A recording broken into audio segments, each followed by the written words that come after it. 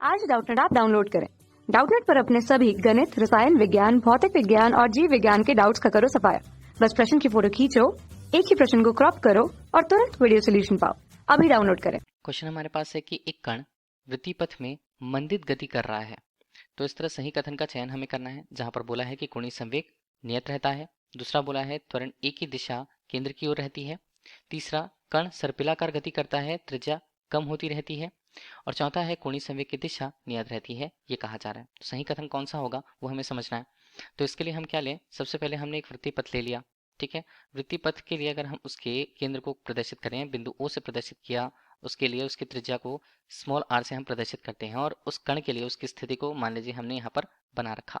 तो एक कण हमारे पास, अब कण के लिए जो मंदित वो गति कर रहा है, ठीक है, मंदित गति कर रहा है, तो मान लीजिए वेग यहाँ पर है, एक बिंदु पर वेग, इसे हम v1 के रूप में लिए, ये पहला स्थिति हमारे पास होता है। और दूसरी स्थिति पर, जैसा कि अगर हम देखें कण की स्थिति को, तो नियत समय के पश्चात ये दूसरी स्थिति होगी। ठीक है, दूसरी स्थिति हमने ले रखी और यहाँ पर वेग के परिमाण को देखा, तो यहाँ पर बनता है v2। क्या है, स्पष्ट रेखीय वेग है।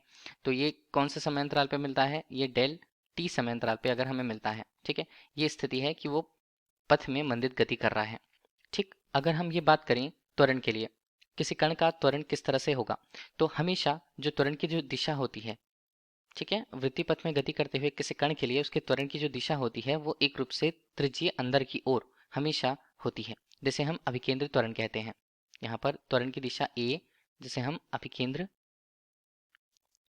त्वरण कहेंगे। ठीक है, उसकी दिशा हमेशा केंद्र की तरफ अंदर त्रिज्यीय होती है।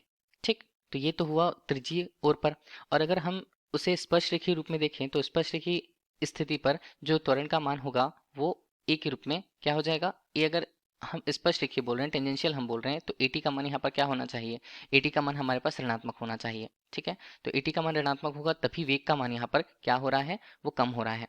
मतलब हम ये कहें कि v2 का मान जो है वो कम है v1 की अपेक्षा। इसका मतलब है कि इसका जो पथ समय के साथ एटी के मान को अगर हम देखें तो वो कितना हो रहा है, ये हमारे पास हो रहा है v2 ऋण v1 बटे टी के रूप में। ठीक, चलिए डेल टी अगर हमने इसे ले रखा, तो ये जो भी मान आएगा वो त्वरण के मान को प्रदर्शित करेगा, जो मंदन को यहाँ पर डिफाइन कर रहा है। एटी का मान अगर हम उसे ऋणात्मक रूप में लेते हैं, तब तरह अगर वो मंदित गति कर रहा है तो उसके त्वरण की जो दिशा है वो केवल अभिकेंद्र त्वरण के रूप में केंद्र की ओर होगी या त्रिज्यीय केंद्र की ओर होगी। ठीक है, तो ये हमारे पास विकल्प बी जो होता है वो सही मान को प्रदर्शित करेगा कि त्वरण की दिशा केंद्र की ओर होती है।